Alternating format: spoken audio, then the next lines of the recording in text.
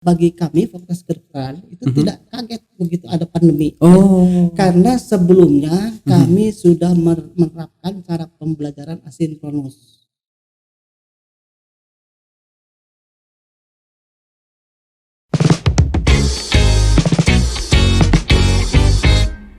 Bismillahirrahmanirrahim. Assalamualaikum warahmatullahi wabarakatuh. Sampurasun wargi Unpas. Ketemu lagi sama Ridwan Simon tentunya pada kesempatan kali ini hanya di Unpas Talk yang selalu menyajikan dan menghadirkan narasumber yang sangat luar biasa dan orang-orang hebat di sekitar Universitas Pasundan. Kali ini ada si bungsu nih wargi Unpas ya. Kenapa saya bilang si bungsu? Karena salah satu fakultas paling bungsu di Universitas Pasundan yaitu Fakultas Kedokteran. Maka yang hadir adalah Bapak Profesor Dr. Dedi Rahmadi, dokter spesialis anak, kemudian Magister Kesehatan dan banyak lagi gelarnya masih panjang ya.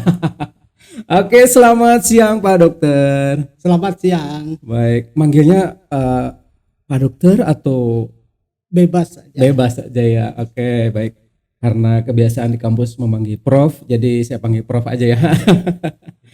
Oke Prof, sehat ya Prof selalu? Alhamdulillahirabbil alamin. Keluarga juga sehat ya Prof? Ya, alhamdulillah.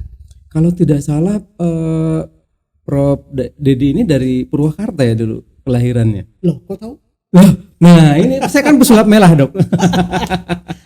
Ya, betul.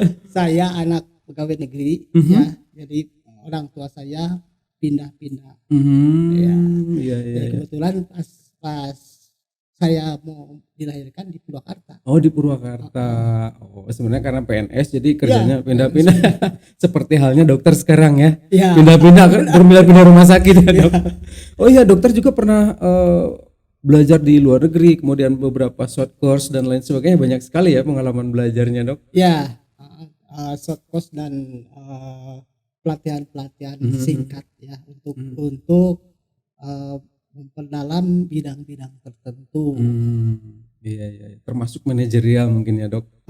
Manajerial saya pengalamannya hanya di Fakultas Kedokteran dari berbagai dari mulai Kaprodi, mulai kepala divisi, Kaprodi spesialis anak, Kaprodi program dokter S3 Fakultas Kedokteran, dan organisasi-organisasi seperti unit kerja koordinasi ginjal anak se-Indonesia. Saya pernah menjabat ketua 2 periode. Masya Allah, artinya luar biasa, sangat mumpuni untuk sekarang menjabat sebagai atau diamanahi dekan di Fakultas Kedokteran Unpas ya Dok ya. Makanya mungkin salah satu pertimbangan dari rektor sebelumnya Prof Tri itu saya melihat jabatan-jabatan yang pernah dipegang oleh saya. Prof Tri berkesimpulan, wah kira-kira saya mungkin bisa melaksanakan sebagai dekan Fakultas Kedokteran Unpas. Iya. Oh iya Dok, kan Unpas itu baru berdiri tahun 2019 ya, Fakultas Kedokteran ini. Nah, sejauh ini barangkali strategi Bapak nih untuk 4 tahun atau 5 tahun pertama ini bagaimana nih Dok? 4 tahun 5 tahun pertama. Iya. Ya. Sebetulnya cerita dulu ya sebelumnya ya. Boleh Dok ya. Oh iya. Jadi saya masuk ke Unpas itu bulan November 2019. Ya. Ketika pengurusan izin Fakultas Kedokteran di Dikti. Sebelumnya sebetulnya sejak 2012 itu Unpas sudah mulai merintis untuk pendidikan Fakultas Kedokteran. Oh, dari 2012 itu ya perencanaannya. Dari 2012 menyusun mengenai sarana prasarana, SDM dan sebagainya. Hingga tahun 2015 ketika ada moratorium dari pemerintah. Jadi pendirian Fakultas Kedokteran baru dihentikan semua. Nah, Unpas itu sedang menyusun SDM. SDM ya. Ketika 2017 SDM sudah kira-kira cukup, mengajukan lagi melanjutkan ya. waktu itu tidak terkena moratorium karena jejak digital pengurusan Fakultas Kedokteran Unpas sudah ada sejak 2012. Ya, jadi bisa diteruskan. Karena yang paling berat itu dalam pendirian Fakultas Kedokteran adalah selain sarana prasarana adalah SDM. SDM betul. Itu kan untuk mendidik mahasiswa sarjana kedokteran. Itu harus satu tingkat di atasnya. Jadi harus S2 atau spesialis. S2 atau spesialis ya. Nah, masalahnya itunya linearitasnya harus pas. Linearitas juga harus diperhatikan ya, Prof ya. Jadi kalau misalnya mengajar biologi, itu biologinya harus S2 biologi. Iya, betul. Biokimia, S2-nya biokimia. Betul. Atau yang lainnya linearitas. Kalau tidak linear itu tidak diizinkan. Ya. Waktu 2017 juga itu SDM-nya masih kurang, tetapi karena meminta bantuan Fakultas Kedokteran Unpad ya sebagai pengampu, ya bagusnya itu Unpas meminta ke Unpad untuk mengampu Fakultas Kedokteran Unpas. Jadi tenaga-tenaga yang kurang itu dibantukan dulu oleh Unpad. Iya. Makanya jadi terpenuhi. Iya. Gitu. Oh, begitu ya. Perjalanannya luar biasa ya. 2015, 2015 kena moratorium, dihentikan perizinannya. Ya, tapi tidak termasuk termasuk Unpas karena Unpas sudah berjalan. Karena waktu itu kami datang ke sana 2017 mengusulkan kembali, dari sana mengatakan bahwa moratorium. Kami beralasan bahwa jangan dimasukkan moratorium sebab prosesnya itu dari 2012. Ya begitulah kira-kira ya. Iya, Bro. Jadi perjalanannya luar biasa lah. Alhamdulillah sekarang sudah hampir meluluskan barangkali ya. 2019, 2020, 2021. Jadi kalau melihat lamanya itu program sarjana kedokteran itu 8 semester. Jadi 4 tahun. Nah, sudah lulus sarjana kedokteran, masuk ke profesi. Oh, nanti ada kuliah profesi. Kuliah profesi itu di rumah sakit nanti. 2 tahun. 2 tahun. Ya. Jadi 6 tahun totalnya 6 berarti tahun. Ya. Lama juga ya. Iya, Dok. Kan katanya di Unpas juga, khususnya di Unpas nih mahasiswanya kan dibatasi 50 orang saja. Betul. Itu kenapa, Dok, bisa demikian? Ya, karena gini, Fakultas Kedokteran itu pendidikannya harus betul-betul ya, karena akan mencetak tenaga dokter yang berkaitan dengan manusia. Betul. Oleh karena itu setelah izin pendirian Fakultas Kedokteran, izin pendirian juga kan diperiksa dulu. Itu diperiksa, dinilai oleh 7 institusi yang di bawah ketuanya adalah dirjen dari Direktorat Pendidikan Tinggi.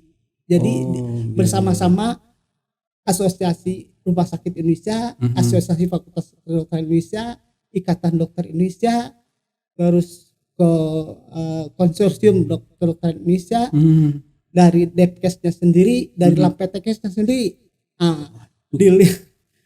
Berbeda sekali. Makanya berbeda dengan fakultas-fakultas yang lain. Ya, mereka ke-7 institusi ini menilai kami apakah mantap. Siap atau tidak. Nah, ternyata setelah lulus dari persiapan, ya diberikan izin. Setelah 2 tahun nanti harus mengajukan akreditasi. Dan akreditasinya khusus akreditasi oleh Lampetekes. Khusus oleh Lampetekes. Dari kesehatan lah ya, Pak. Ya, dari kesehatan. Institusi kesehatan, pendidikan kesehatan diakreditasinya oleh Lampetekes, bukan oleh Ban PT. Nah, setelah 2 tahun dilakukan akreditasi, ya itu ditentukan terakreditasi atau tidak. Ya, selain akreditasi Lampetekes itu juga nanti setiap tahun ada monitoring evaluasi oleh Lampetekes, apakah berjalan sesuai rencana, dan selain oleh Lampetekes juga dimonitor oleh Konsorsium Kedokteran Indonesia. Berat. Jadi berat sekali ya di Fakultas Kedokteran ini. Makanya kami hanya diizinkan menerima 50 walaupun pendaftar berjubel. Wah, itu jadi fakultas paling bungsu tapi pendaftarnya paling seru Ya, gitu lah, paling Prof seru, ya. ya. Jadi kami dibolehkan lebih dari 50 setelah meluluskan dokter. Ya. Jadi nanti September 2023 ini kami baru meluluskan sarjana kedokteran. Baru sarjana kedokteran. Lalu masuk ke profesi. Ke profesi. Ke rumah sakit. Nah, selama 2 tahun. Setelah itu lulus dokter, dinilai lagi. Nanti evaluasinya kan setiap tahun nih. Apakah boleh atau tidak menambah layak atau tidak gitu ya, Prof ya. Atau selain itu juga harus terakreditasi unggul.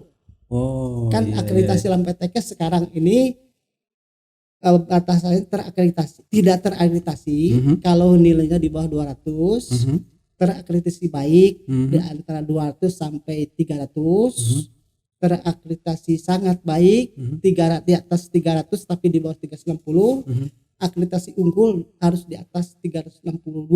Nah, itu setelah unggul baru boleh dari 50. Boleh lebih dari 50 ya. Atau setelah meluluskan dokter dalam evaluasi ternyata bagus kinerjanya, boleh. Boleh, baru boleh. Wah, perjalanannya luar biasa Fakultas Kedokteran ya, Prof. Betul. Berarti Prof jadi juga rada-rada berat ya kalau begitu perjalanan ini ya. Betul. Namun demikian sampai sejauh ini akreditasinya gimana kita, Pak? Ya. Kami terakhir di akreditasi bulan yang lalu itu mendapatkan sertifikat baik walaupun baru 3 tahun. Baru 3 tahun sudah baik. Sudah 3 Mantap tahun. Ya, jadi sarjana kedokteran nilainya 246, sarjana profesinya 217. Oh, itu sudah dua-duanya sudah sudah terakreditasi. Karena untuk profesi juga kami menyiapkan kurikulumnya, menyiapkan rumah sakit pendidikannya, menyiapkan dosen-dosen pendidik klinisnya, sudah kami siapkan. Sehingga nanti setahun lagi begitu ada lulus sarjana kedokteran, kita memang sudah siap. Dan siap bersaing juga, Prof, dengan kedokteran lain dong. Iya, betul. Ya, karena tadi patokannya adalah akreditasi LAMPTK. Itu patokannya. Betul. Ya, kami menilai kan dalam akreditasi LAMPTK itu ada 9 kriteria. Kalau dulu istilahnya standar 9 gitu ya. Dulu tuh waktu 7 standar. Sekarang istilahnya diganti oleh kriteria. Ada 9 kriteria. 9 kriteria. Mulai dinilai visi misinya seperti apa, SDM-nya seperti apa, kelulusan mahasiswanya, pendidikannya, penelitiannya, pengabdian kesehatan masyarakatnya. Waduh, dan capaiannya itu. Capaiannya juga ada evaluasi ya. Iya, masing-masing kriteria ada poin-poinnya yang harus diperbaiki. Iya. Salah satu contoh kelemahannya misalnya kenapa baru mencapai B di antara SDM. SDM. Yang lemah itu kami SDM belum maksimal nilainya sama mahasiswa, kelulusan mahasiswa kan belum karena ada. kita belum punya lulusan dan ya. Publikasi juga baru sedikit. Oh, publikasi. Ya itu karena ada patokan-patokan yang harus dikejar. Ya, kami berdasarkan kriteria-kriteria itu setiap saat menaikkan supaya nanti akan mencapai lebih baik lagi. Terus meningkat ya, Prof ya. Betul. Tadi disinggung kita harus punya rumah sakit. Betul. Universitas Pasundan kan sedang membangun rumah sakit. Ini bagaimana peruntukannya nanti, Prof? Ya. Jadi sementara ini untuk rumah sakit pendidikan diambil rumah sakit Cibabat. Oh, di Cibabat. Karena untuk rumah sakit pendidikan utama itu ada persyaratan. Oh, tuh ada syarat lagi. Oh, tidak sembarangan. Jadi rumah sakit itu harus terakreditasi rumah sakit. Oh, akreditasi juga. Ada rumah sakit terakreditasi pendidikan B paling sedikit. Minimal B ya. Terus harus terakreditasi paripurna. Wah, apa tuh kok? Kalau boleh tahu. Paripurna itu di antaranya jumlah pasien, jumlah tenaga dokter spesialisnya, fasilitas-fasilitasnya sudah terpenuhi. Itu tuh diatur oleh Departemen Kesehatan yang menentukan akreditasi rumah sakit. Departemen Kesehatan. Ya, makanya diambil rumah sakit Cibabat. Kalau diambil rumah sakit Cibabat dilihat dari dokter spesialisnya banyak untuk jadi pendidik dokter klinis. Jumlah pasiennya cukup banyak. dan dia itu sudah memenuhi persyaratan untuk dijadikan rumah sakit pendidikan utama. Dan yang paling penting lagi, rumah sakit Cibabat ini selama ini sudah dijadikan rumah sakit jejaring pendidikan untuk Fakultas Kedokteran Unpad dan Fakultas Kedokteran Unisba. Jadi sudah dipakai juga. Tapi sebagai rumah sakit jejaring. Rumah sakit pendidikan utamanya belum diambil sama Unpas. Diambil sekarang sama Unpas. Jadi untuk September 2023 nanti kami tinggal running aja sudah siap. Ini mas strategi Prof. Iya, jadi rupanya bisa menempatkan Unpas menjadi rumah sakit Cibabat menjadi rumah sakit pendidikan utama. Ya, kalau rumah sakit Pasundan kita itu mungkin ke depan bisa. Kedepannya baru bisa. Tapi sekarang kan masih sedang diusahakan untuk menjalani pelayanan terlebih dahulu ya. Paling untuk tahap awal nanti kalau sudah jalan rumah sakit Pasundan punya kita sendiri ya itu dijadikan rumah sakit jejaring dulu. Artinya kalau ada kasus-kasus yang kurang di rumah sakit Cibabat ya, karena rumah sakit Cibabat itu terus terang kan level penyakitnya tinggi untuk spesialis atau untuk subspesialis. Sedangkan untuk pendidikan dokter umum itu penyakit-penyakit yang umum itu adanya biasanya di rumah sakit kabupaten atau di puskesmas. Ya, oleh karena itu kami juga mengambil rumah sakit jaring di kabupaten dan puskesmas. Tetap ada kerjasama ya. Harus ada kerjasama. Sama kalau hanya di Cibabat itu kasus yang dibutuhkan oleh seorang dokter umum tidak terpenuhi. Iya, karena di sana penyakitnya high class ya, Pak. Bukan high class, jadi ada penyakit high class, komplikasi gitu. Komplikasi. Jadi penyakitnya makanan untuk dokter spesialis atau subspesialis. Belum bisa lah sama mahasiswa yang baru belajar ya, baru Prof. belajar ya. Paling nanti rumah sakit Pasundan kalau sudah pelayanan akan dijadikan rumah sakit jejaring dulu karena itu punya kita. Iya betul, Prof. Jadi untuk kasus-kasus yang tidak ada di rumah sakit Cibabat yang berat kita ngambil dari rumah sakit sendiri. Tapi ke depan ke depan itu akan dijadikan rumah sakit pendidikan utama karena itu punya kita. Iya, rencana ke depan, rencana strategisnya seperti itu, Prof ya.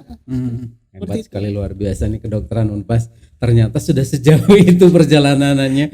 Padahal baru berarti 3 tahun saja ya, belum meluluskan juga. Masuk tahun keempat. Tahun keempat ya. Oke, satu lagi Prof. Kan kita tuh punya Public Health Empowerment Program. Betul. Itu apa sih di dalamnya? Kegiatan-kegiatan atau yang dikerjakannya apa begitu, Prof? Public Health Empowerment Program itu salah satu keunggulan dari Fakultas Kedokteran Unpas. Alhamdulillah. Jadi sebetulnya ilmu kesehatan masyarakat hanya diperkuat diperkuat itu dengan tujuan agar kedepannya masyarakat ini bisa menanggulangi secara mandiri masalah-masalah kesehatan yang ada di masyarakat. Tentu dengan bantuan lulusan dokter dari kita. Jadi dokter lulusan Unpas nanti harus mampu memberdayakan masyarakat untuk menanggulangi masalah kesehatan masyarakat sendiri.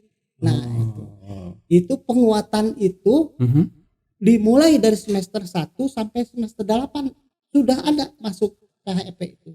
Tentu levelnya berbeda-beda. Betul. Kalau di semester 1 mungkin pengenalan kesehatan masyarakat secara umum. Ya, terus semester 2 nanti maju ke misalnya kesehatan yang ada di masyarakat apa saja. Terus pengabdian masyarakat, terus penelitian, terus sampai semester 8 ada. Ya. Jadi di tiap semester itu KHEP ada paling sedikit 2 SKS. Ya. Artinya di situ juga membangun sinergi dengan lingkungan dan masyarakat ya, Prof ya. Iya. Contohnya misalnya ya yang sudah kami lakukan kemarin pada mahasiswa-mahasiswa yang PHEP 1 itu kami sekalian menguji si mahasiswanya itu mengambil di sekolah-sekolah Pasundan. Jadi di sekolah Pasundan di situ ada dokter pembimbingnya. ada pengujinya. Jadi si mahasiswa diberikan kreasi mandiri ya untuk mengadakan penyuluhan ke lingkungan tadi di sekolah seperti apa kami menilai. Nah itu diantaranya seperti itu. Jadi dikaitkan dengan kegiatan belajar mengajar kesehatan masyarakat. Oke, berbicara tentang belajar mengajar, Prof. Kita kan punya visi kepasundanan, kesundaan seperti itulah. Pengkuh agama naluhung ilmuna jembar budaya natya gitu, Prof. Ini bagaimana implementasinya di kedokteran? Implementasi juga sama mengenai keislaman itu diintegrasikan di tiap semester kepada materi-materi yang ada di tiap semester itu. Contohnya kegiatan belajar mengajar kan ada tutorial ya, misalnya tutorial tentang gastrointestinal misalnya. Tutorial itu si mahasiswa 10 orang mahasiswa di bawah 1 orang tutor diberikan materi mengenai penyakit diare misalnya ya.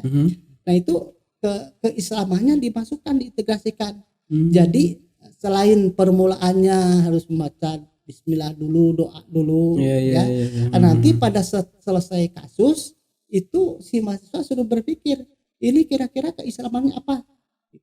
Contohnya misalnya yang jelas yang bisa dipahami, misalnya cerita tentang luka di lengan misalnya. Nah kalau luka di lengan nanti setelah belajar itu ya, belajar ototnya, belajar gimana di terakhir bagaimana menurut pendapat kamu mengenai kaitan dengan keislaman. Contohnya berwudu. Ke situ larinya ya. Jadi bagaimana berwudunya seorang yang diperban yang luka. Si mahasiswa itu mencari dalil-dalilnya. Apakah hadis, apakah Al-Quran. Itu salah satu kasusnya. Jadi sudah mengarah ke situ juga. Jauh sekali ya. Jadi sudah diterapkan keislaman itu di dalam, sudah terintegrasi dalam kurikulum. Nah kalau kesundaan terutama kesundaan itu diterapkan di latihan keterampilan. Ya itu dimasukkan nilai-nilai kesundaan. Jadi artinya harus sopan ke tata krama Sundanya gitu ya, Prof. Harus ramah dengan teman-temannya. Betul. Apalagi kalau diterapkan di kesehatan masyarakat di masyarakat. Nah, itu dinilai kesundaannya. Tentu saja sebelumnya dibekali dulu nilai-nilai kesundaan itu seperti apa. Ada mata kuliah tersendiri lah untuk kesundaannya mungkin, Prof ya. Ya, jadi kesundaan itu diterapkan di latihan keterampilan dan di pelajaran non kurikuler. Jadi masukkan ke sana. Oh iya, Bro. Kalau belajar nih kemarin kan kita pandemi nih 2 tahun. Iya, betul. Begitu berdiri langsung kena pandemi itu belajar kan harus online. Sementara kedokteran itu mungkin butuh ketemuan atau bagaimana untuk menjelaskan sesuatu dan lain sebagainya. Itu bagaimana, Bro? Jadi sebetulnya bagi kami Fakultas Kedokteran itu tidak kaget begitu ada pandemi. Karena sebelumnya kami sudah menerapkan cara pembelajaran asinkronus. Asinkronus. Jadi sebelum pandemi ini ya. Jadi sebelum pandemi udah ada gitu ya. Sudah diajarkan misalnya begini.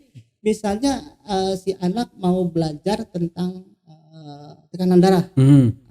Si anak itu ditugaskan oleh dosennya untuk membuat video bagaimana mengenai tekanan darah.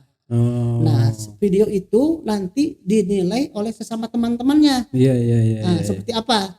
Nah, baru itu bersama dosennya dievaluasi. Nah, itu untuk setiap jenis keterampilan atau setiap pembelajaran tertentu itu dimulai dengan pembelajaran asinkronus dulu.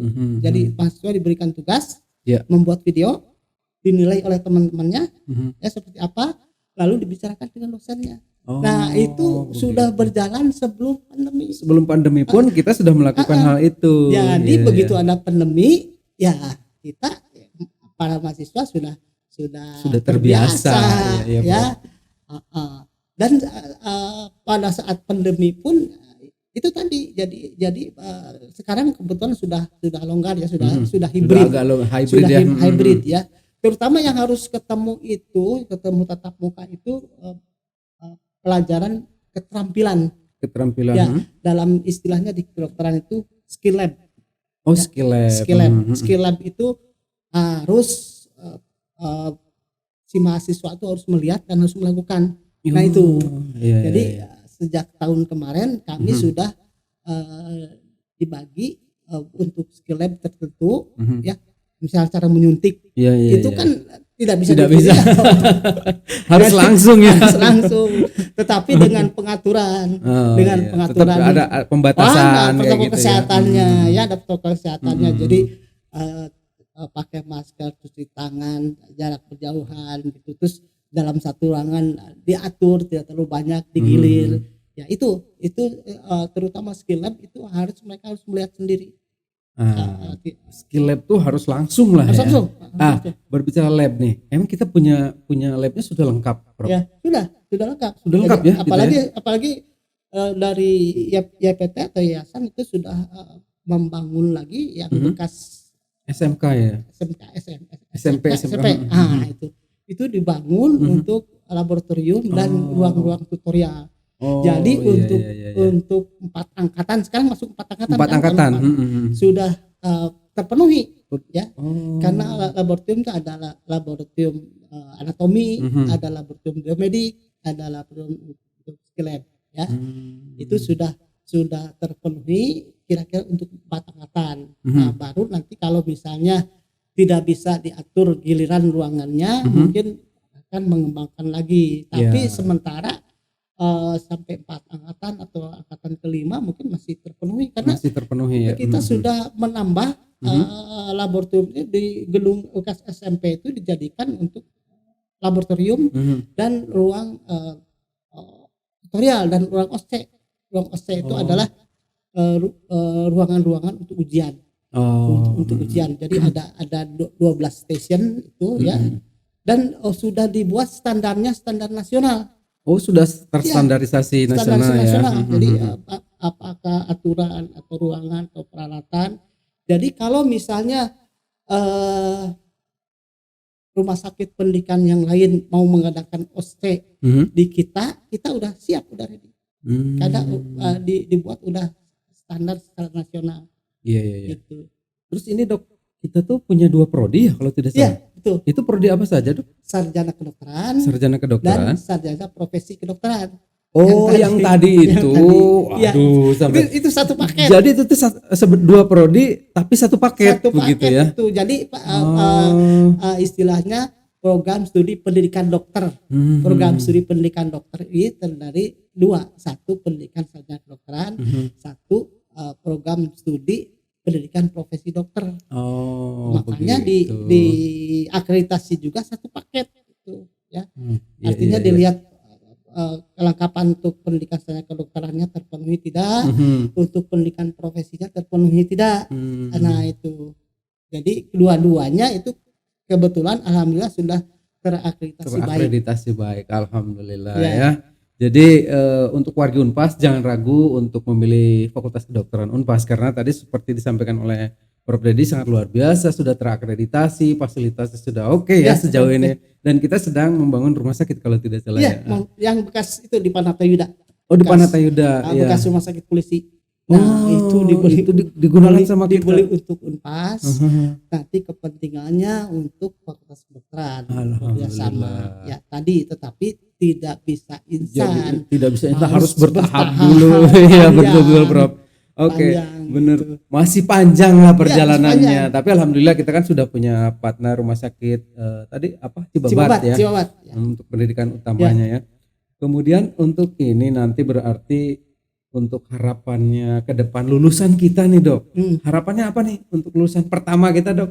Harapannya itu targetnya sesuai dari visi Fakultas Kedokteran Unpad, yaitu menghasilkan dokter yang mampu memberdayakan masyarakat untuk menanggulangi kesehatan masyarakat secara mandiri. Nah itu, jadi tujuannya ke sana.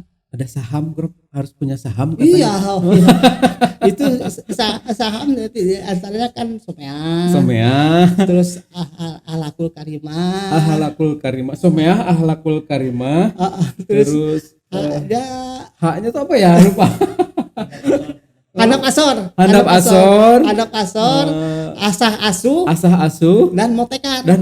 Nah, itu kan luar biasa. Nilai kesundaan dan nilai keislaman bersatu di situ. Ada di dalamnya, betul, Bro. Itu si para mahasiswa dilatih ke arah sana. Nah, yaitu diarah ke arah sana. Jadi seperti ini aja, sekarang ada pelatihan akademik untuk mahasiswa baru.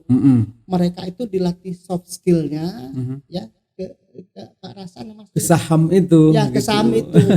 Jadi pelan-pelan saham dimasukkan, tapi secara terus-menerus, mulai dari pengenalan, nanti masuk di semester 1 juga tetap saham terus sampai terakhir tetap untuk menghasilkan lulusan yang memiliki saham tadi. Iya, Prof, luar biasa. Oke, obrolan kita makin seru aja nih, Prof. Tapi saya mah ada pertanyaan yang menggelitik nih, ada titipan nih. Boleh. Kan kalau tulisan dokter ya, itu jelek.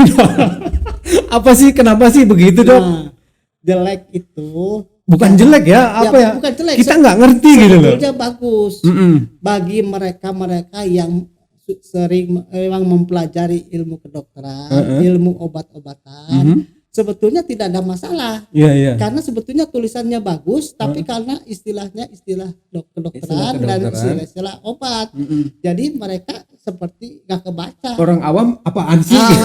Itu padahal bagus. Ya. Kalau misalnya seseorang yang pernah belajar dokter gigi, farmasi, atau yang kaitan dengan kesehatan, dia pasti ngerti. Ya. Sebab dalam satu kata itu misalnya 5 huruf ya. Asal huruf pertama, tengah, dan akhir ada, itu sudah tahu. Kebaca. Jadi bukan jelek. Bukan jelek ya, tapi memang istilahnya untuk orang-orang tertentu itu bagus gitu ya. Istilahnya mereka awam, tidak tahu. Iya, karena kita awam, apaan sih ini dokter gitu. Jadi yang tahu itu hanya apoteker, dokter, petugas kesehatan tahu. Iya. Maaf, ini mah di luar konteks. Enggak apa-apa. Soalnya dari dulu ingin bertanya langsung ke orangnya gitu. Ternyata kebetulan hari ini ada Prof Dedi, ya udah tanya. Jadi itu tidak sengaja dijelekan, memang begitu ya. Orang yang membacanya itu karena tidak mengerti istilah. Iya, justru itu pakai ilmu ya, Prof. Iya, pakai ilmu. Oke, luar biasa. Dari tulisan saja istilahnya ya seperti itulah. Terus satu lagi, Dok. Masih pertanyaan yang menurut kami lucu gitu. Kalau dokter sakit nih, Dok. Apakah dokter kan suka nyaranin obat A, B, C, D gitu. Apa dokter juga mengkonsumsi obat seperti pasien gitu? Ya, betul. Kalau dokter itu melihat, kan kalau dokter tahu kira-kira penyakitnya ini penyakit ringan, penyakit umum, tidak spesifik. Nah, sama dokter juga kalau misalnya cuma flu aja misalnya, pasti dia mengambil obat flu yang isinya paracetamol, misalnya antihistamin, obat batuknya. Nah, kecuali kalau di permulaan sudah ketahuan bahwa ini penyakitnya khusus, si dokter ini akan konsul ke sejawatnya begitu. Contohnya aja misalnya saya kan guru besar ilmu kesehatan anak, bidang saya bidang ginjal anak. Tapi kalau terkena gejala-gejala kencing manis, diabetes, saya konsul ke dokter penyakit dalam. Konsul ke ahli penyakit dalam. Tetap lah ya. Tetap. Berarti Pak, Prof, punten ya, Prof. Jika tukang cukurnya, Prof, tukang cukur kan dicukur ke cukur yang lain. Ya, jadi tidak dengan pengobatan dokter, tidak. Enggak ya. Berobat sendiri karena dia yang bersangkutan dokter itu tahu ini mah cukup istirahat, cukup dengan vitamin, cukup dengan obat menghilangkan gejala. Iya. Kalau penyakitnya serius, ada hal-hal yang spesifik, dia akan langsung menanyakan konsul ke ahlinya. Kalau misalnya kencing manis, ya ke dokter ahli kencing manis. Kalau misalnya saraf, ke dokter ahli saraf. Sama itu urutannya seperti itu. Iya, nggak boleh ya kita mengobati diri sendiri. Ya, Ya, karena belum tentu ya. Kalau mengobati diri sendiri ya nggak apa-apa, asal yang umum, yang tahu, yang terjangkau gitu. Iya, yang umum, Iya. sakit-sakit yang ringan. Iya. Oke, begitu ya. Jadi nggak serta merta sok tahu gitu kan. Kalau justru Prof gini Prof. Saya nih pengalaman saya dengan teman-teman di kampus. Kalau misalnya kita sakit sesuatu, justru berani-beraninya kita tuh menyarankan sama orang. Oh, minum obatnya, orangnya kamari cager ta. Justru dokter nggak gitu ya? Ya enggak, ya karena dokter tahu ini kira-kira ke arah mana.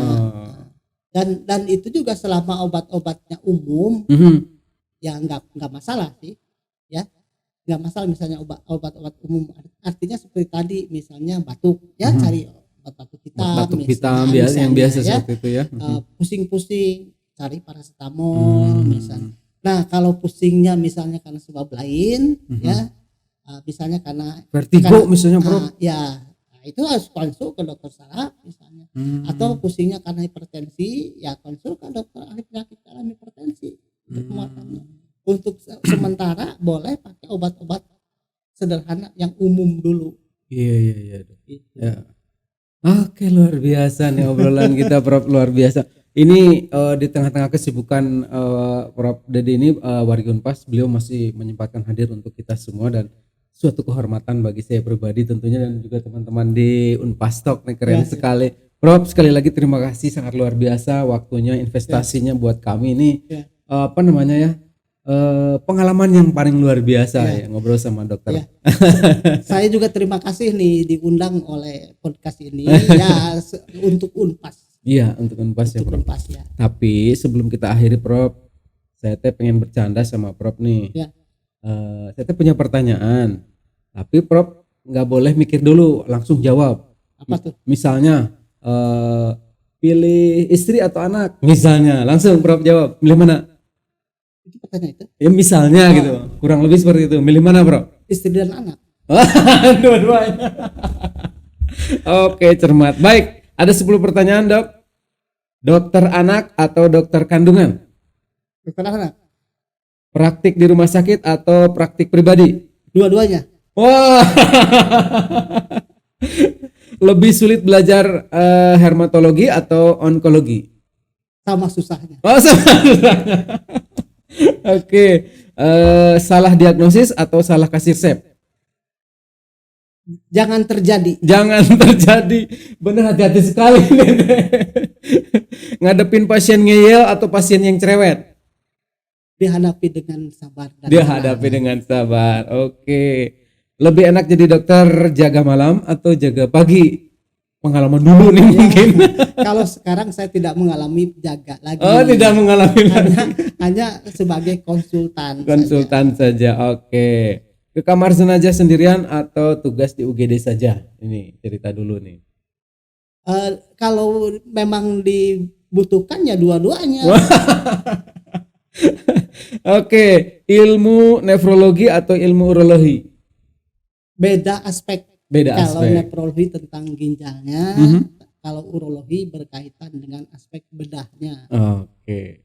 Ya udah, kalau gitu pertanyaan, ngajar di kampus atau praktik di klinik? Bagi-bagi waktu.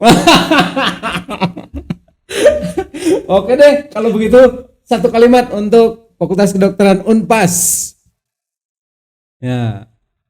Semoga berhasil apa yang dicita-citakan. Amin ya Allah. Ya, jadi Pak wargi Unpas, kalau ngobrol sama ahli medis atau sama profesor kesehatan atau dokter, itu nggak bisa kita harus pilih salah satu. Ya, dari semua jawaban, dua-duanya. Dari masalah waktu, harus bagi-bagi. Anda juga harus begitu wargi Unpas ya.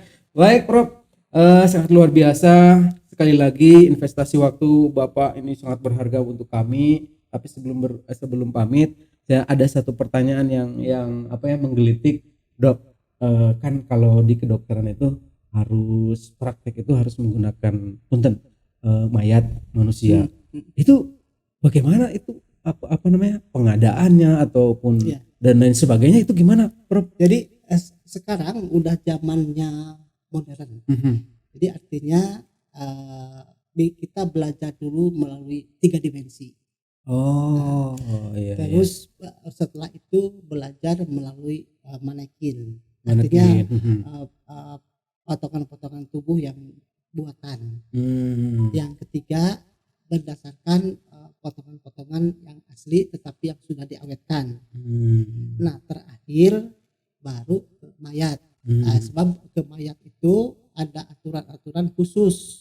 Ya, kami juga nanti karena kami bekerja sama dengan Fakultas Kedokteran Unpad ya, sebagai pengampu, dan kalau nanti membutuhkan mayat kami atas ini dengan Fakultas Kedokteran Unpad ke Rumah Sakit Hasan Sadikin.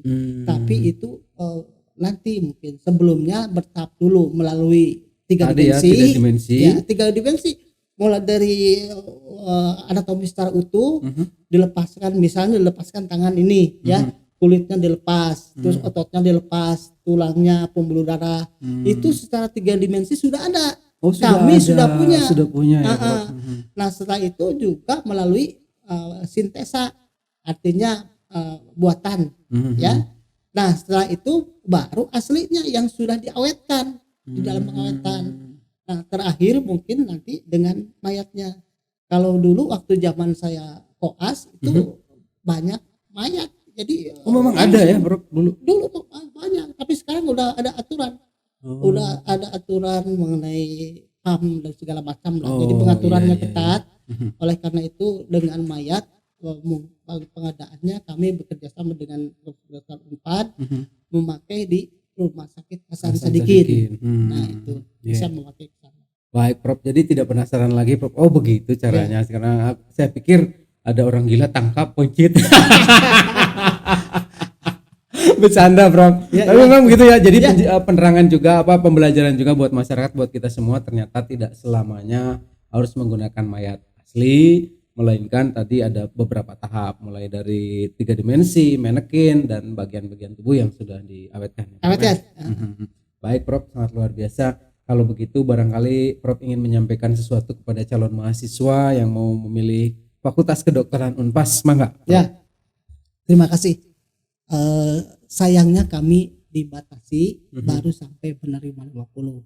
Tidak usah ragu-ragu kepada para calon mahasiswa dan para orang tua, karena kami pertama diampu oleh Fakultas Kedokteran Unpad. Memang tenaga pengelolanya juga dibantu 5 orang dari Unpad, dosen-dosen sebagiannya dibantu juga oleh Unpad. Tapi sekarang sudah tahun ketiga, sudah banyak menghasilkan dokter sendiri ya dari Unpas, kan di sekolah-sekolah ke Unpad sudah lulus masuk. Jadi sebagian dosen pengampu dari Unpad sudah berkurang, dan tidak ragu lagi karena track record pengelola kami itu kalau dilihat itu sangat meyakinkan. Contoh misalnya Wakil Dekan 1 Dr. Ike Rustikawati itu dia ahli di dalam pendidikan di Unpad, di Fakultas Kedokteran Unpad. Dia mempunyai hak kekayaan intelektual mengenai pendidikan 16. Luar biasa. Bekas mantan Kapolri atau program studi di Fakultas Kedokteran Unpad. Itu Dr. Ike. Dibantukan ke Fakultas Kedokteran Unpas. Kedua, Dr. Alma Lusiati, beliau itu mantan Kepala Dinas Kesehatan Provinsi Jawa Barat. Berarti sudah mumpuni atau ya Bro ya. Ketiga, Wakil Dekan 3, Dr. Trias itu pernah menjabat Wakil Dekan 3 Fakultas Kedokteran Unpad, pernah menjadi Wakil Rektor 3 Universitas Pajajaran. Sebelum masuk ke Unpas, beliau adalah Direktur Rumah Sakit Cibabat. Alhamdulillah. Nah, kalau saya sendiri cari di Google track record saya. Silakan. Saya sudah tahu, tapi kalau dibacakan panjang banget. Luar biasa. Itu mulai dari karya tulis sampai dengan short course gitu. Tidak usah ragu-ragu kepada apalagi sudah di oleh PTK sudah diakreditasi mendapat nilai baik walaupun baru 3 tahun. Iya, betul. 3 tahun perolehan yang sangat luar biasa kalau menurut saya, Prof. Ya, itu jadi tidak usah ragu-ragu ya. Baik, terima kasih Prof sekali lagi, luar biasa. Hatur nuhun pisan waktosna. Dan demikian wargi Unpas obrolan kita sama Profesor Dr. Dedi Rahmadi, dokter spesialis anak dan juga magister kesehatan. Beliau adalah dekan di Fakultas Kedokteran Universitas Pasundan. Terima kasih, sampai ketemu lagi dan jangan lupa like and share juga subscribe ya YouTube-nya kita di Unpas Talk Universitas Pasundan, atau IG-nya juga di follow @univ_pasundan. Terima kasih, Ridwan Simon pamit. Assalamualaikum warahmatullahi wabarakatuh.